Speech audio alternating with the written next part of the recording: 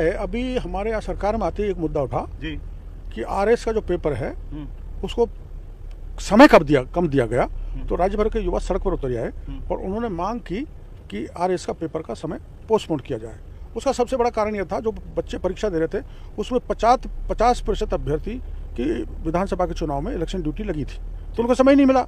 उन्होंने सरकार को कहा, सरकार में जो जैसा सिस्टम होता है आप जानते हो, तो मैं उनके धरने पर पहुंच गया, प्रोटोकॉल तोड़कर कैबिनेट मंत्री बनने के बाद भी, और आखिर में मर्यादा में रहते हुए, क्योंकि मैं सरकार में मंत्री हूँ, मेरी सरकार है, गरिमा जिम्मेदारी मर्यादा में रहते हुए मैंने उनका आरएस का पेपर पोस्टपोन करवा दिया, सरकार से मिलकर पोस्टपोन करवा दिया। तो जो सब इंस्पेक्टर 2021 वाला भी डॉक्टर साहब, जो जिस तरीके से कार्रवाई हुई है, पकड़े जा रहे हैं, कह रहे हैं कि मांग भी उठ रही है कि अब इसको निरस्त करो, होगा निरस्त? देखो ऐसा है, मेरे पास इसका बहुत फीडबैक था, प्रमाण भी बहुत थे, पिछली सरकार में मैंने दिए थे, पिछली सरकार ने हाथ ही नहीं रखा। और ये सब इंस्पेक्टर हो, चाहे रीट का पेपर हो, चाहे सेकेंड ग्रेड टीचर का मामला हो, आरएस का हो, जेईई का, सब पेपर लीक हुए थे अधिकतर। सरकार को प्रमाण दिए, लेकिन पिछली सरकार ने उस पर कार्रवाई नहीं की।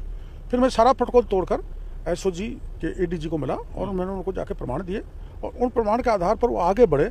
आज करीबन 38 सब इंस्पेक्टर जो ट्रेनिंग में थे, जो कुछ महीने बाद अपनी पोस्टिंग लेने वाले थे, वो जेल की हवा खा रहे हैं। और मैं उनको कह के आया हूँ कि इसमें 400 लोग ऐसे हैं जो डमी या पेपर पढ़ के ये वो सब इंस्पेक्टर बने।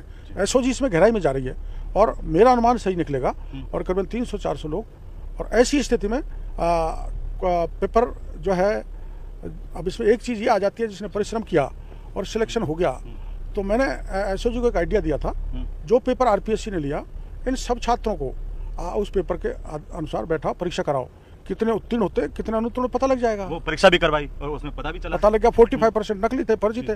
तो उस हिसाब से उन 45% को तो मौका नहीं देना चाहिए, उनको निरस्त करनी चाहिए, और जो उतनी जगह खाली हो उनकी परीक्षा दोबारा आरपीएससी करवानी चाहिए। लेकिन डॉक्टर साहब, एक ये होता है कि निचले लेवल पर कार्रवाई तो हो जाती है, आप भी ये मुद्दा बड़ी बार उठाते रहे कि नीचे वाले पकड़ने से नहीं होगा, मगरमच्छ का पकड़े जाएंगे। अभी मैं आपकी सभा में सुन रहा था, आपने कहा लोकसभा चुनाव के बाद में जो भी इसमें संलिप्त है पेपर लीक में, मंत्री विधायक कोई भी हो, मैंने कहा ये मुख्यमंत्री को, हाँ, चोटी पकड़ करके और हम जेल भेजेंगे। हाँ, मैंने ये सारा किसकी तरफ? मैंने मुख्यमंत्री, इसमें क्या नाम से, मैंने करीबन 6 तो एमएलए और एक सुरेश ढाका नाम का व्यक्ति है जो फरार है, जो सब इंस्पेक्टर में भी था, सेकंड टीचर की परीक्षा में भी था, पिछली सरकार ने फरार कर दिया था।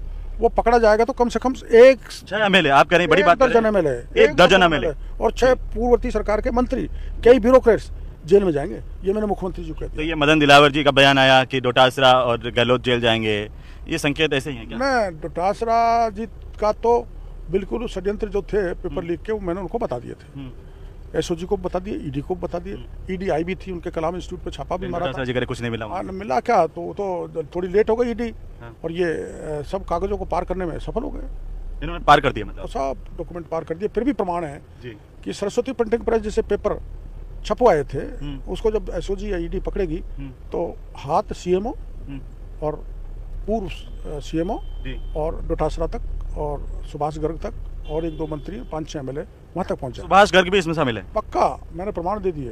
फिर आपके चैनल के जरिए इनको चुनौती दे रहा हूँ, डोटासरा, सुभाष गर्ग, ये सुभाष गर्ग 100% है, और अगर मैं गलत कह रहा हूँ तो मेरे खिलाफ कंटेम्प्ट लगाएं।